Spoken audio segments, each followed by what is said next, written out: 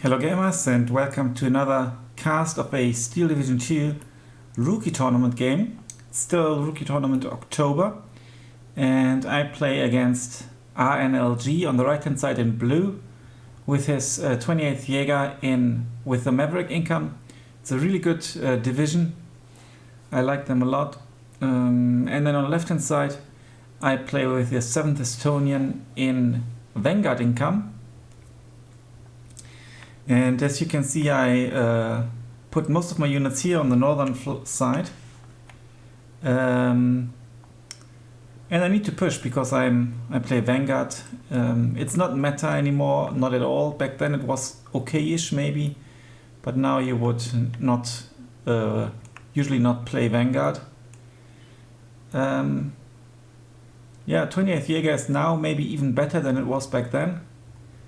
I like them quite a bit. They've got some Stück unit, they've got lots of AT. Their flaw is that most of their units only have one LMG. But they also have the Jäger flamethrowers and they've got two flames. So here we go. Some defensive deployment here by me.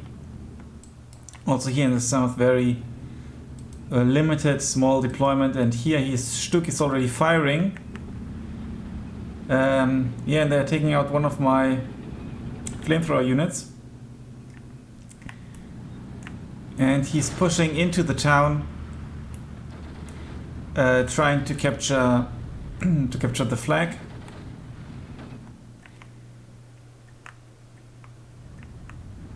In the north, some fights take place. I managed to take out his Pak 40, so that was a good kill.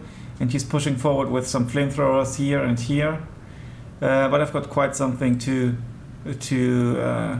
push against that. Here in the center, he's going through with his Sturmjäger. The Sturmjäger are actually pretty good.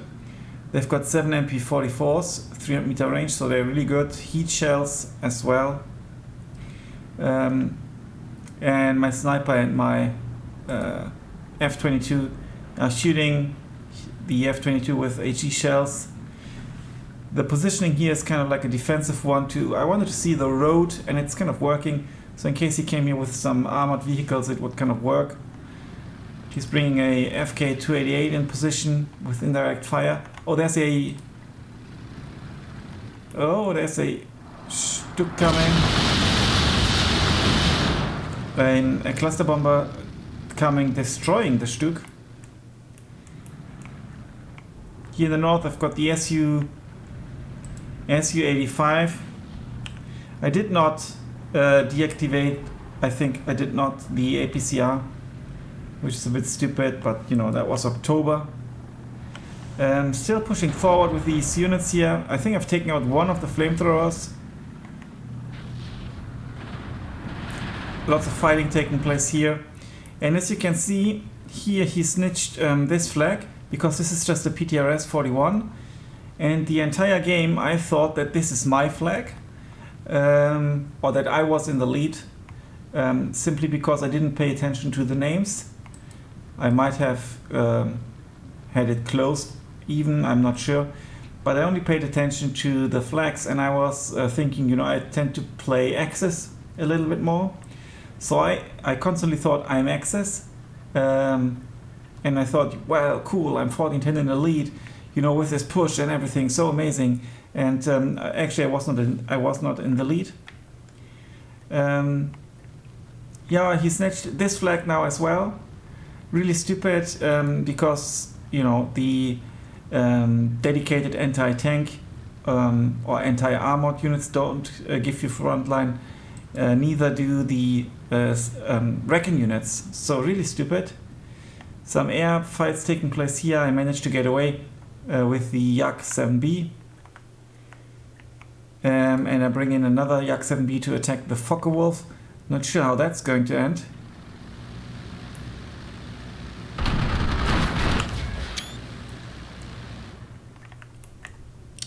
Up here in the north he brought the Stück. I've lost my flamethrower unit. I'm bringing him some Tenga Thessaloniki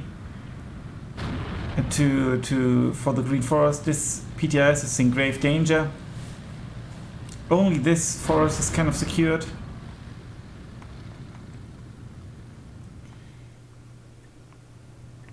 Yeah, lots of pioneers are coming. Pioneer it, very cheap unit, but they do have grenades. Yeah, and I do nothing to get these 2 flags back because I constantly thought I'm 14-10 in the lead. That's a bit stupid, obviously. Yeah, nothing happening here. And I mean, why would he move forward? He's got the lead, and he actually knew that he has the lead. I'm moving them back, the Su-85, because of all these Jägers.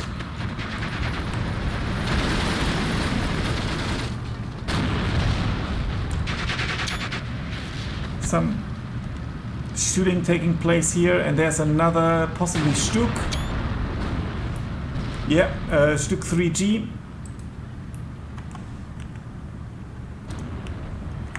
And it's only one Su-85, and I might go down here with my unit. 2 T-26s are coming in. He's withdrawing his Jäger units. And I do have this northern forest here. I still don't have this, and I think I will never get it.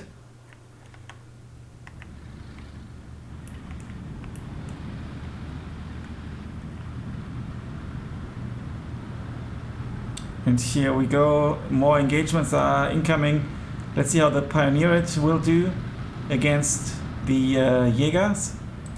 But they are not by any means dedicated, CQC units.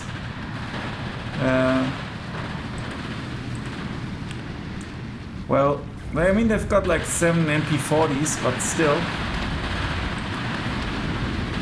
As you can see, they are being shredded by basically the Pioneerate. The Stuk is obviously a problem, and I've got only the T-26, but I'm bringing in 2 T-34-76 double vetted, and he apparently notices because he's withdrawing his Stuk, and unfortunately shots are bouncing. I'm moving forward the F-22. Another bounce, lots of bounces here. And as you can see here, the PTRS is actually not giving me any front line. I will turn down the volume a little bit. I think it's maybe a bit too loud. And finally the Stuk goes down. Here in the south, nothing really happening. I'm bringing a artillery or howitzer piece to secure this. I possibly have noticed the Stuk, which is shooting at something. Is it shooting at my tank? No, it's shooting at the Maxim, double vetted back then. Now there are some mortars, and I'm pushing through with my T-34s. And now I thought, well, I'm pushing forward, win this flag, and why do I lose a point? So yeah. So the thing is, with the mortars, I've been told, in general, you would preferably use them for your offense. And as you can see, they are kind of like getting pinned down, but they didn't really use that many men. And there's now a sharpshooter looking to get some vision. Look at this, 2 shots, and I think no unit got killed here. That's a bit disappointing. Finally pinned down. And there's a Jäger pushing through. My tank doesn't being undetected. Yeah, and here the M30 gun is going into this forest to secure this road further. Some aerial battle going on here with my Yak 7B. Possibly he wanted to go after my Su-2, which does have rockets, and I think I didn't use them. I'm bringing in this IL-2M3. It's going for the Stuk, I presume, if I recall that correctly.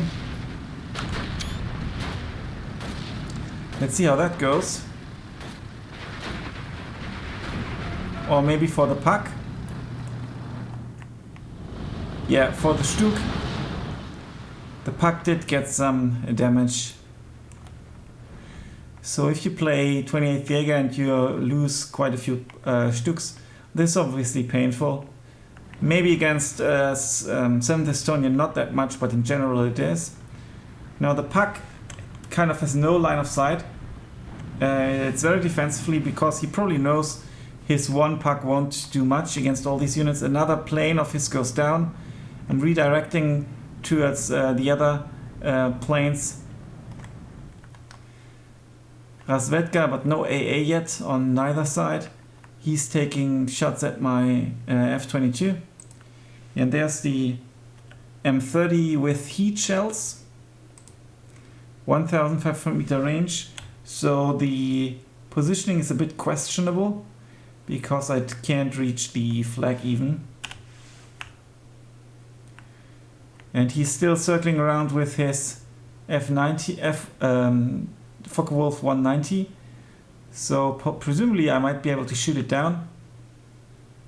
Yes. The sharpshooter goes down. There's still the puck lurking behind the corner. I'm pushing through the forest. It's now 12-12.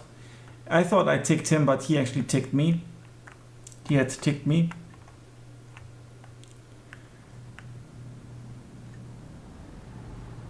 And there's another Focke-Wulf of his. I've only got this one Yak 7B left. It can't take down the Focke-Wulf. And now the first AA piece is coming to the battlefield. This F-22 survived. And nothing happening here. He's got some Jägers ready, but he apparently sent them in without the unload at position order. Now I've got some damaged units here. I didn't notice right now. Maybe it was because of the puck. Everything is kind of parked here and I'm waiting for some mustard mantlet apparently to come in. Another dogfight is happening here. And yet another Focke-Wulf goes down.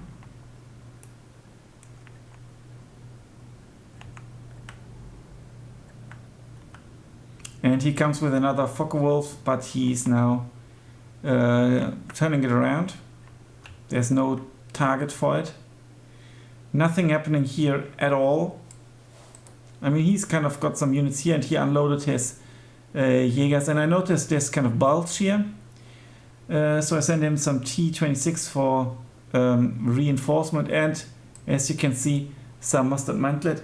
If I recall it correctly, at this moment I was kind of also, because I pushed quite far here, and I had learned to not push too much, because then I'm stretching my kind of supply lines a bit too much in my match with the second guard Tenkovi.